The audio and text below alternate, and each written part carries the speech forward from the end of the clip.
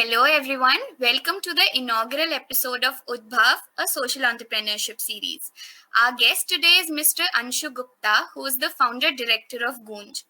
Popularly known as the clothing man, Mr. Anshu started out as a freelance journalist, left a corporate job in 1998, and founded Goonj with a mission to make clothing a matter of concern.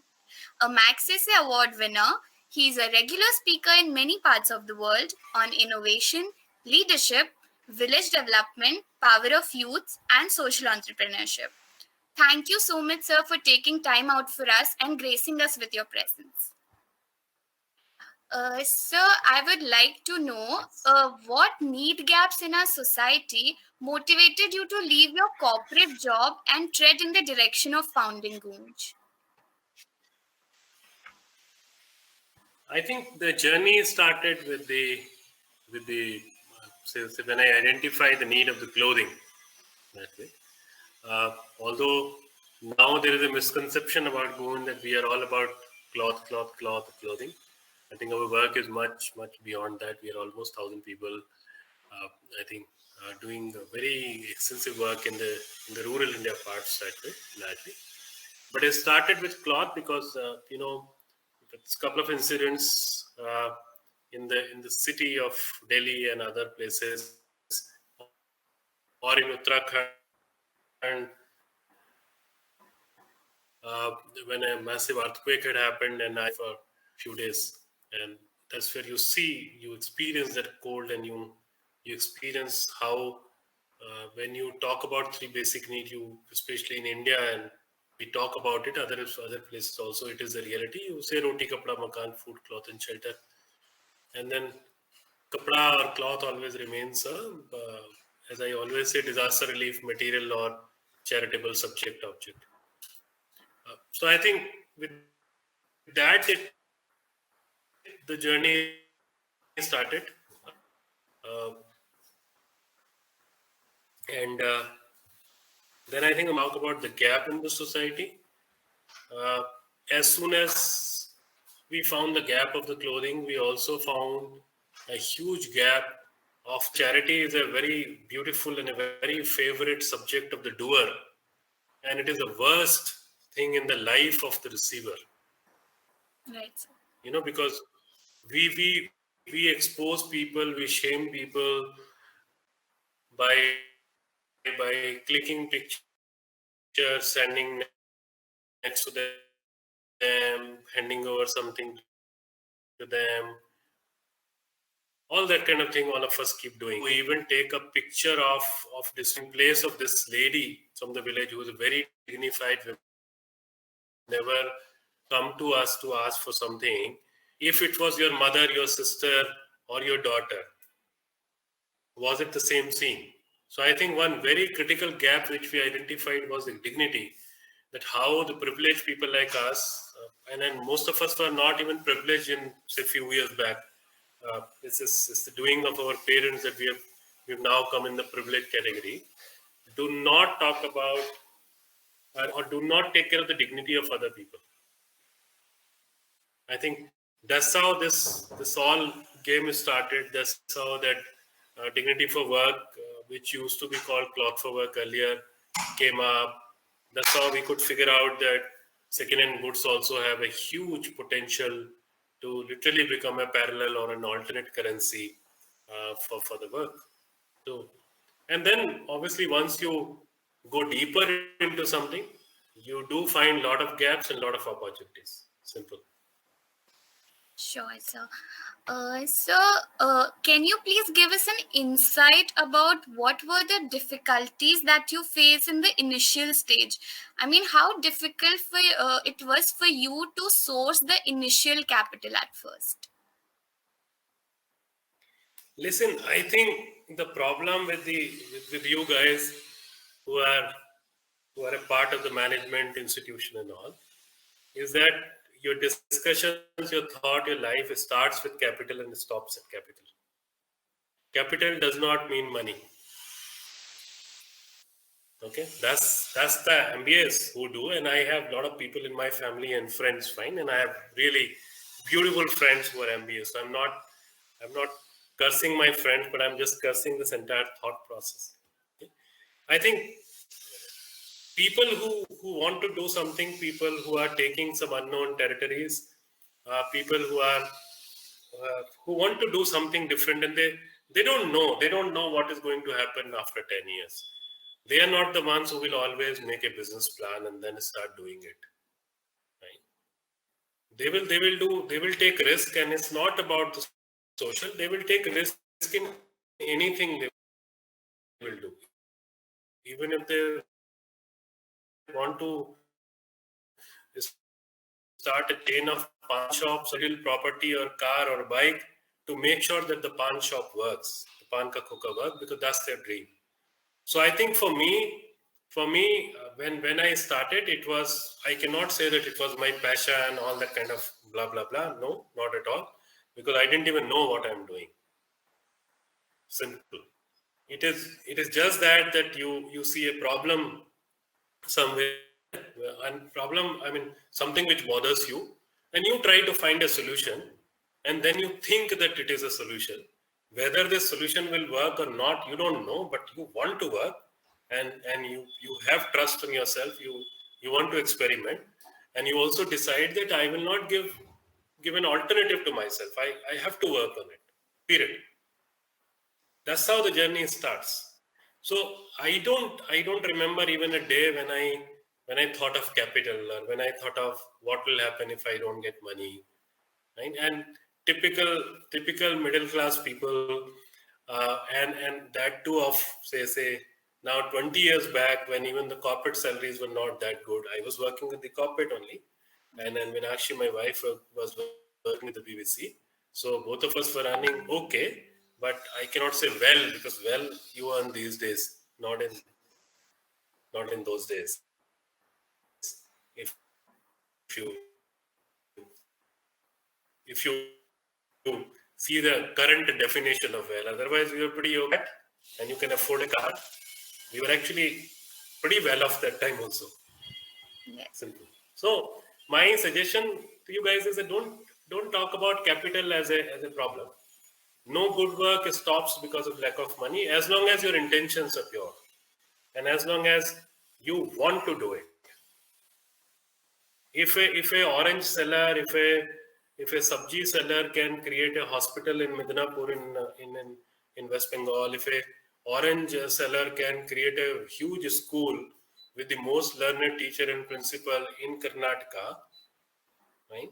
Who still sells orange and who still sells sabji or vegetable, you can imagine that at the end of the day, whether you have capital or not, it doesn't matter. You have the kida here or not, that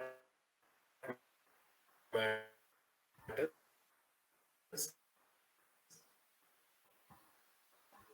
Yes, so it's the passion and the drive that The makes passion you that go forward. matters.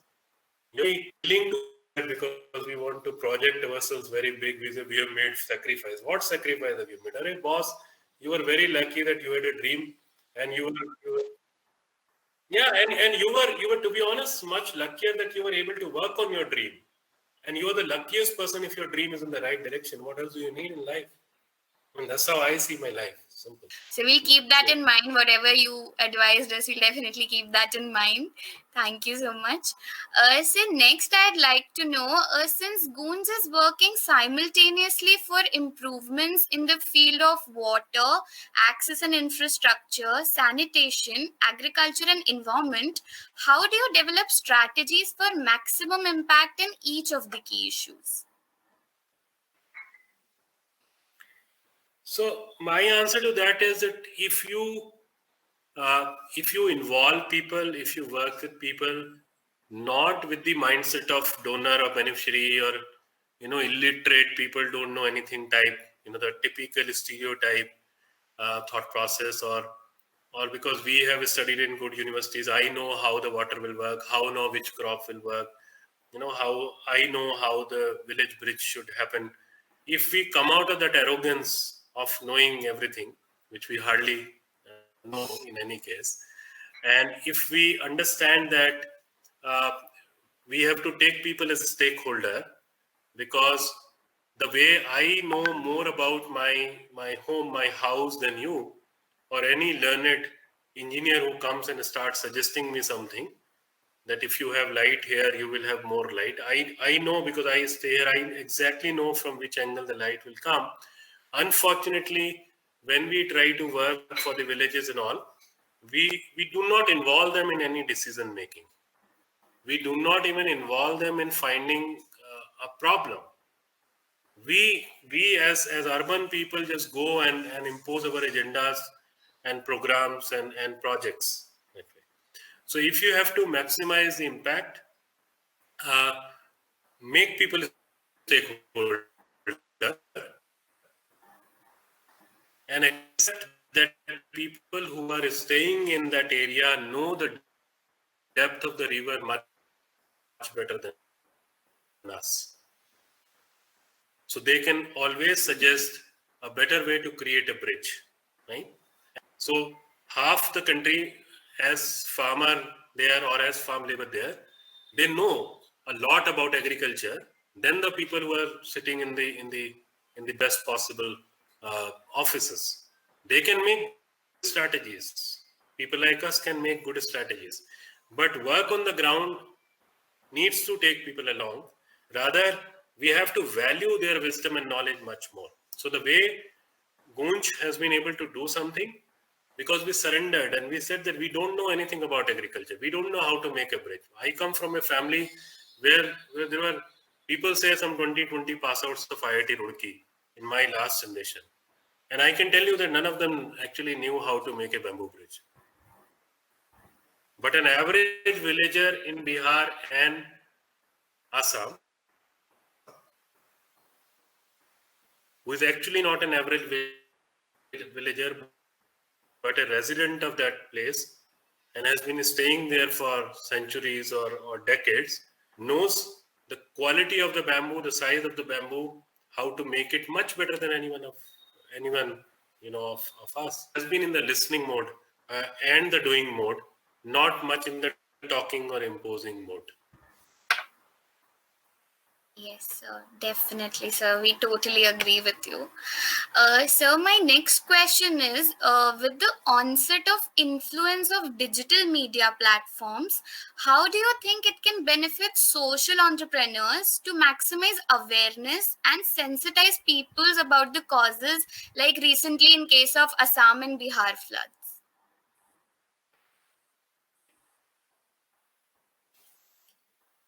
If we use it in a balanced way, it is absolutely wonderful. But these unfortunately social media certainly creates awareness, but it creates awareness of all kind, right? I mean, it all depends that how much influence can you make, how many people can you buy to like or share your post. That's the most unfortunate part. Otherwise, I feel that it's a very effective tool to reach out to people. It's a very effective tool to share stories. Uh, as long as there is content in it, as long as there is something really serious about it, as long as you're not selling the poverty of people, as long as you're not selling the distress of the people, but you're also talking about the solution. So I would say, so some people are certainly doing a very good job of not only creating awareness but also sharing the solutions, and some people are obviously misusing it in a big way.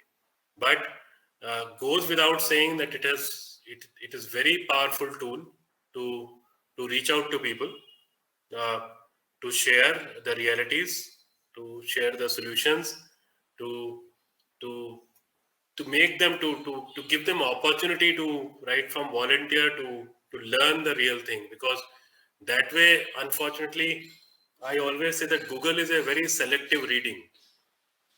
The way you go in a library and pick up a book of your choice, Google also, you type a word which you, the way you perceive things. So you will always say distress in the villages, right? So if you say distress in the villages, you will only find some thousands of articles written on distress. So it's a very selective reading. So we do become knowledgeable, but it's not a balanced knowledge. How many people actually, they do two Google search within a span of one hour, where they say distress in villages, and the second search goes happiness in the villages. Do we do like that? No, sir. So our opinion or our knowledge is actually not balanced. So that's why social media does play a major role, but it all depends on the user of it. Yes, sir. Definitely, sir. Sir, I have one more question. What advice would you like to give to young generation who are aspiring a career in social entrepreneurship? So A is don't come here just because it is fashionable, right? And also don't fool people by coming with a proper. You should get into social entrepreneurship only if you are really concerned about something. Don't just come in this field for the sake of doing something, because there are hundreds of different opportunities which you can really do. And when I say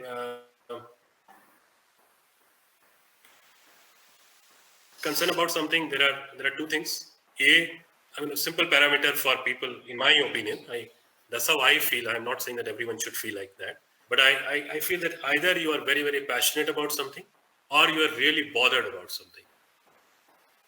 If you can choose one of these, and if there is some issue which fits in these two parameters, then it makes sense to come here. It needs a huge amount of patience. Do not come here to make huge amount of profits, right? And also, when I say patience, every single even business entity needs a lot of patience. It's easy to talk about Flipkart, but no one talks about hundreds of people who tried to become that and they didn't become. Same goes in this particular field. So it's good to have icons, it's good to have some motivators, it's good to have some people whom you follow, and all is absolutely fine. But do remember that those people have spent 20 years, and then you're following them. In the first 10 years, even their neighbor was not asking about or talking to them, or saying anything good about them. So it's a like any other journey. It's a very tough journey. It's not that easy journey, but it's an interesting journey, because at the end of the day, you sleep well. Yes. Because, as I always say, that especially this country, I'm not talking more for some time. This needs to take initiatives. It needs initiatives. So if you come in that category, then come and do it. Come with a lot of patience. Come with the mindset that half the time at least you will fail. Come with the mindset that something which worked for someone might not work for you, because that person has a different mindset, different scenario. So if one approach worked on education in one particular part of the country, your approach might not work. So be ready for all that, and then come. Yeah. Okay, sir. I hope our students will definitely keep that in mind. Thank you so much, sir, for your time and patience for answering all our questions.